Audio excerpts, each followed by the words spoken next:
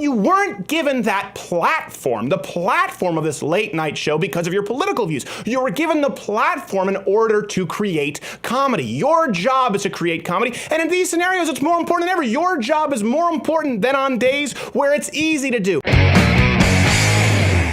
Jimmy Kimmel was #1 trend on YouTube, social media today. I'm starting to realize the trending list is not so much about what's trending, but what YouTube wants to be trending. Before I move on, because we'll talk about Jimmy Kimmel's grandstanding and of course just the litany of factual errors. Question of the day, are you still able to watch late night? Usually I'm able to separate the art from the artist. We've talked about that. But at what point is it too much? At what point does propagandizing become so blatant that you just have to tune out? It's become really hard. And I was the biggest Conan fan. Huge Conan fan. I can't watch it. Jimmy Kimmel went up, and of course this is the rule rather than the exception, talking about the Las Vegas shooting. And listen, this is, first off, let's address a tragedy. Absolutely, I think that every side, both the left and the right, care about lives lost. We just have different solutions, and of course I believe that one side is more informed on what are actually pragmatic solutions versus the other. But let's walk through Jimmy Kimmel's recent #1 trending diatribe. Of course, we pray for the victims and for their families and friends, and we wonder why, even though there's probably no way to ever know why a human being would do something like this to other human beings who are at a concert. This is important because it sets it up. It's a really simple answer why. It's called evil. It's something the left refuses to acknowledge exists, because at that point, then all of a sudden the situational ethics, they no longer function. You need to have a base of some kind of principle. Listen, it's horrible. It doesn't mean that you have to comprehend evil on an empathetic level. It is horrible. It should be absolutely disgusting, but it's not a complex question. Why would someone do it?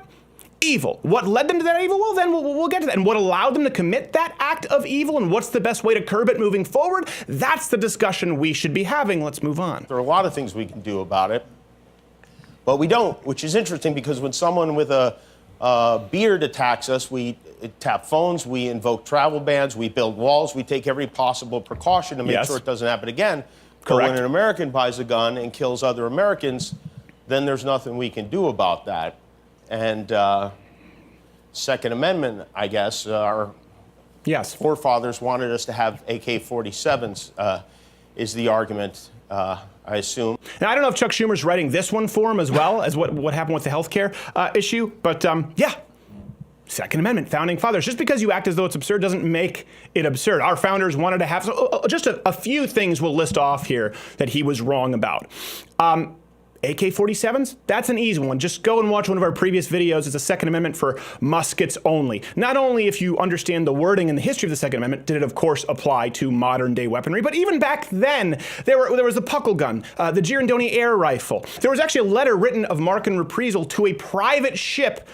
They were allowing them to personally have cannons. It was written as, well, of course you can have cannons. You have the right to protect your ship. Do it. The idea that it was only relegated to muskets is so quickly and thoroughly debunked that we've done it. We won't waste a ton of time on it here. Then he goes on to say, if a person with a beard. Let's be honest about what he's talking about here. He means a brown person with a beard. This is the whole identity politics, as though if it's a Muslim, we care, but if it's a white person, we don't care. Okay, let's go with that. I'll admit to a certain degree of that. Why? Because of a consistent pattern of behavior based on ideology. An outlier is just that, an outlier. But if you can actually look at a correlation between people who follow a very specific, a political prescription as well as a religion, as we do with Islam, guess what? It should be relevant, because that comes to the discussion. Can we do something about it? So let's go to why someone might think someone with a beard could be a little bit different than just the random white guy who's out of his mind or white supremacist who the left loves to scream about. Okay, this is one thing that's important because I saw this at Vox. I call this the 9/11 fallacy, where the quote is, since 9/11, 106 people have been killed by far-right violent extremists in the US. 119 have been killed by Islamists. So it seems comparable. Now, if you include one day earlier, 9/11, it puts a number over 3,100. Some would say significant. Some might say yes. Now, I get you can say, well, we shouldn't include it, we should include it, but again, you're starting after an act of global terrorism committed by the guys with the beards. And this is just a United States statistic. So you see this at Vox, you see people like Jimmy Kimmel parrot it. Islamic attacks globally, that's the important number. They account for more than 74% of all deaths from terrorism. ISIS, Boko Haram, Taliban, Al-Qaeda, okay, there's no surprise there. So if someone who's brown Does it with a beard? Shouting out Allahu Akbar, does it matter more? No, it means that we have more of a semblance of a motive. And if we see other people shouting Allahu Akbar, we have to recognize a pattern of behavior. Now he goes on this. I love this. He says, because of this, we invoke travel bans, we build walls, just skims over it. Well, okay, you say there's nothing we can, does that help stop terror attacks? Securing borders and profiling, we can mock it, but does it work? They work everywhere they've been implemented, from Israel to Hungary. Israel experienced a 90% drop in terror attacks after building a fence in the West Bank. Hungary cut its influx of migrants from several thousand a day to less than 40, just by erecting a couple of fences. And the important thing to remember here is, again, Islam is an ideology. Why would the beard, why would the garb matter? Because it's a representation of what he believes, a belief that prescribes him to kill other people. Contrast that with this shooter. No known affiliations, motivations yet, or history of crime yet. But would securing the border stop that? No. Would putting up a wall stop this guy? Probably not. Would anything short of a complete and total gun ban stop this guy? No, and by the way, that wouldn't work either. No. So what does Jimmy Kimmel want us to do? U-Hauls are cheap to rent. Yes. What does Jimmy Kimmel want us to do? Does he want it to be a Minority Report, where you arrest people for crimes they have yet to commit? Since the beginning of time, there have been bad people committing bad things because evil lives amongst us. It brings us back to that point. If you acknowledge evil, then you can be honest about the conversation that we're having. Next clip. Every one of these shootings, the murderer used automatic or semi-automatic rifles, Every which are one? not weapons No. used Not at for all. self-defense. They're Incorrect. weapons designed to kill large numbers of people in the shortest possible amount of time. And this guy reportedly had 10 of them in his room, apparently legally. At least some of them were there legally. Why is that allowed? Okay, a couple things. You know who else would probably have 10 in their room? People in your security detail, Jimmy Kimmel. Yeah. Bet you they'd probably have a lot of scary black rifles that you don't know about. But because they do, you get to sleep at night and be escorted to and from your Hollywood studios. So here he just says some things that are factually completely incorrect. He says all of these mass shootings. Doesn't even say a lot of them. He says all of these mass all the shootings, mass which, again, the first lesson, Jimmy Kimmel, don't use absolutes when you have no idea as to what the hell you're talking about. Okay, when you're a dumbass, horrible don't say debating. always, everyone. Try and cover your tracks a little bit. Not everyone out there, if it's an argument from truth, you don't need to do it. But when you're a dumb bag of shit like Jimmy Kimmel, it pays to not take chances. Let's assume he weren't an absolute simpleton and assume that he said far more mass shootings, not even all. We'll give him some more leeway. No, more mass shootings committed by these assault rifles. It's not even true. If we take mass shootings, meaning 4 or more, take any shootings. The FBI data show that in 2012, only 320-something of over 11,000 people shot in the U.S. were killed by rifles of any kind. They're committed by handguns, far more. Another thing he does, word trickery. We've talked about this. He conflates automatic with semi-automatic. It's like comparing a hamburger and lasagna. They're both food. It's not the same thing at all. Nearly all guns today sold, for those who don't know, and again, they're banking on you not knowing. Jimmy Kimmel is banking on you being as moronic as him. Pistols, semi-automatic. Most guns that are sold today, semi-automatics. And they're used defensively, semi-automatics. But as far as in practice, a revolver acts like a semi-automatic. On a technical level, there isn't a semi-automatic rechambering of a round, but one trigger pull, one round, one bullet, that's what semi-automatic means. Fully automatic is heavily regulated, and basically it's not available to the average citizen. And he goes on to say, he says there's no defensive purpose for this guns. Incorrect. There are no defensive uses for these. They're actually used to save far more lives than they ever take. That's the story that people don't talk about. We know, according to the United States Census Bureau, that at least 100,000 to 3 million. Somewhere, even the left has to acknowledge it's somewhere close to 2 million cases each year where firearms are used defensively. Now, why is there such a discrepancy? Because it's hard to measure how many lives are saved by someone brandishing a gun and never actually using it. Never actually firing it, yep. Guns are used to save more lives. And yes, that means the scary black rifles, they're used defensively far more than offensively. So again, if you go, oh, what's a semi-automatic and an automatic? You don't know. And hey, there's no defensive use for these firearms. I guess you could actually start to believe some of the bullcrap coming out from Jimmy Kimmel. Luckily, there's more that we can debunk. This morning, she said it was not the time for political debate.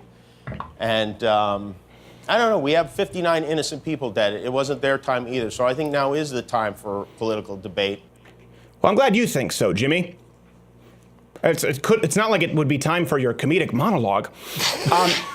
This is the arrogance of the Hollywood left. He presumes to speak on behalf of everyone else. Okay, in this context, let's take this. Yeah. These 59 people died in Las Vegas at a country concert.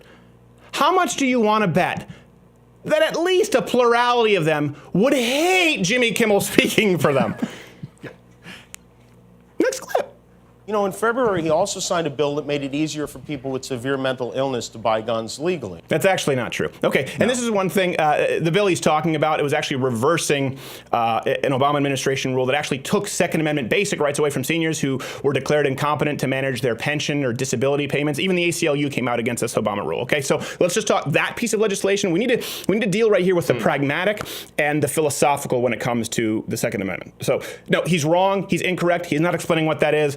Go to the source that we just listed. Hopefully you can learn more about that bill. But again, people talk of this conversation. Well, if you're the mentally ill, okay, this is important. We need to define what is mentally ill. Now, keep in mind, if you look at the 4 dissenting Supreme Court justices on the Heller versus DC case, they don't believe you have the right to own a firearm at all. Again, this is important. The legal argument is not, oh, it's only for muskets. The legal argument isn't, well, it should only be revolvers or pump shotgun. The only legal argument made at the Supreme Court is you have no right, period, to private firearm ownership, period, ever, period. That's the argument that they make. So you need to understand that to then, okay, scale it back. When they say mental health, what do they mean? Well, they want everybody to be banned from having any kinds of firearms. Do you really want the federal government in control as to your right to self-preservation, your God-given right to self-preservation because you've taken a Xanax?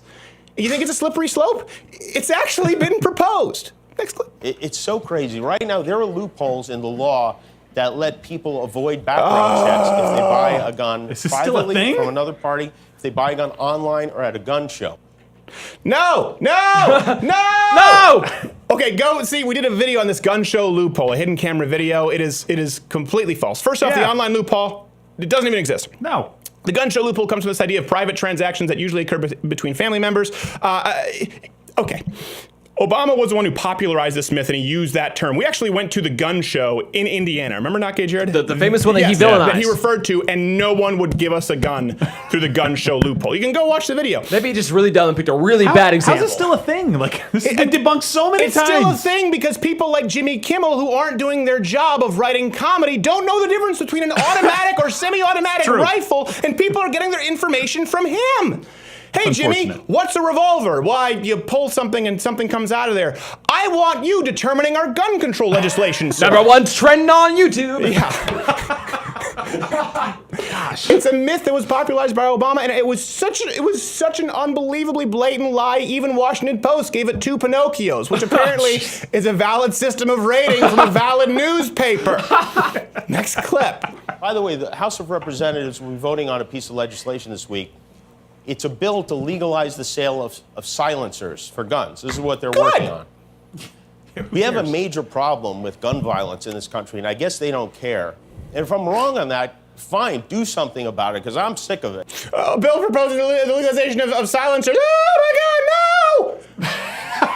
He thinks it's the films with Coral. Again, this just goes to show you, this is one of those arguments. Anyone you know out there who's pro-gun control, buy them a gun. That's what he said. Hashtag gift a gun. Buy them a gun. They'll never be pro-gun control again. They'll never be gun control proponents again, I should say. They'll never be anti-gun activists again because they'll go through the background check. They'll understand what's necessary. The classes. Even better, sign them up for a concealed carry course. Yeah. Yep. Okay. This is one of those arguments that is very simple to describe. It is an argument between completely uninformed people who know nothing about firearms and firearm owners. That's it. You don't get the firearm owners who side with someone like Jimmy Kimmel.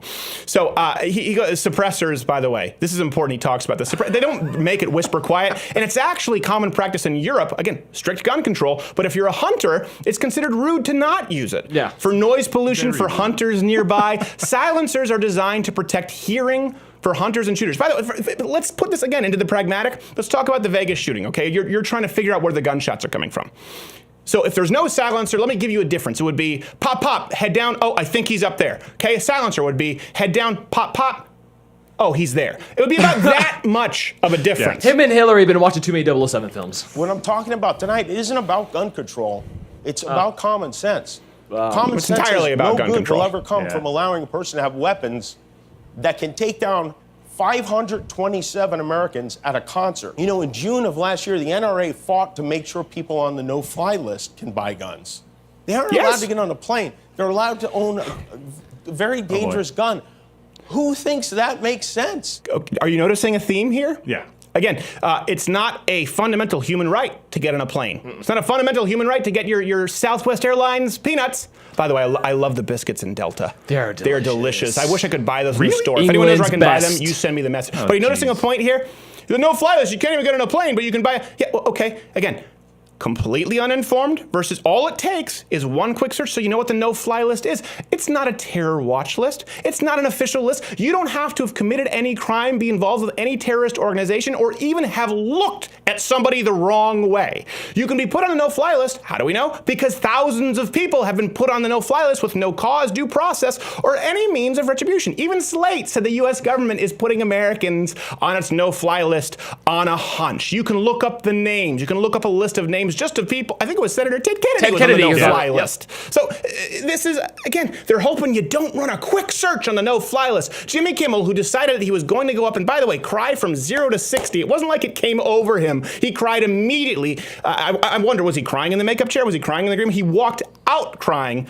He's hoping that you just don't run a rudimentary search on the no-fly list. I would encourage you to please do so in the comment below if you learned something. Next clip. Maybe I'm nuts, but I would like to think we can put politics aside and agree that no American citizen needs an M16 or 10 of them. Nobody has one. M16s are select fire auto rifles not sold for civilian use. What's your point? Last clip. I can't do this much. You know, I want this to be a comedy show. I hate talking about stuff like this. No, you don't. I just want to, laugh about things every night. But that No, you don't. It seems to be becoming increasingly difficult lately. All right, this is going to sound callous. It just means you suck at your job if it's increasingly difficult. You're a comedian. Your job is to be a comedian. We did it. We laughed last night. Why can't you, Jimmy Kimmel? Matter of fact, the only time Jimmy Kimmel is ever trending, the only time, is when it is political grandstanding. His comedy can't even generate the play of not gay Jared dressed in drag. You're welcome. It's difficult to do comedy. Well, okay, in what other job do you get to do that? This is where it comes back to the late night show. Again, if you look at Johnny Carson, you look back then, they either missed the show, they came out or had some comments, but they made sure to get back to jokes. That is your job, to try and entertain people. He says, I hate talking about this. No, you don't. No, you don't. You did this with Cecil the Lion. You had Chuck Schumer write a portion of your monologue so that you could, between throwing your actual physical child at politicians for political gain on healthcare, you had some talking points because Chuck Schumer gave them to you. It's really hard. In what other job can you do this, Jimmy Kimmel? I'm supposed to be a trash man, but it's just so difficult lately. Well, I'm a cardiac surgeon, but I'm just not. It's just becoming too hard. Can't do it. If you think it's impossible to do your job, Jimmy Kimmel, quit. It's not the job for you. And this is the issue, is when people go on there, Jimmy Kimmel was not given this, and this is when people, there was that documentary, Shut Up and Sing, on the Dixie Chicks, like, they just want us to shut up and sing. Yeah, we do. Here's what.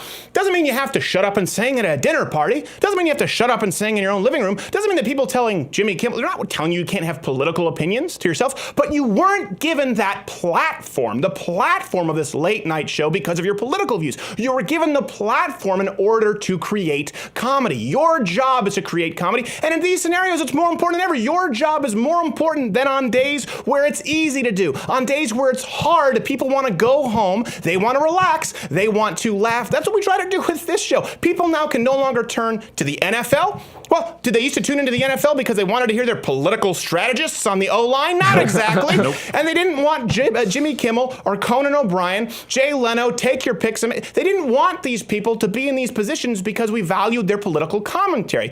These people are late night hosts, Jimmy Kimmel. And here's the thing. You're a pretty funny guy, but you are so woefully under-equipped to provide any political commentary whatsoever. That's probably why you need Chuck Schumer to do it for you. People are turning on you. Your numbers are terrible. People want you to do your job like the rest of us have to do our job. Because when you don't, and you're arguing from a litany of intellectual fallacies, again, kind of contrast when we talk about this, people like Ben Shapiro, people like Thomas Sowell, you look at Milton Friedman, there's an argument from truth where you need to provide as much information as humanly possible and let the cards fall where they may. With Jimmy Kimmel, all of his arguments are predicated on you not knowing anything about firearms. And so all I ask you is run a quick Google search on any one of these talking points and tell me if you think I'm wrong. Hey, if you like this video, subscribe by clicking the button. It's a circular button now that says subscribe. If not, head on over to the Young Turks. That's probably more your speed. Although they're coming over at Cenk, we know you're here watching.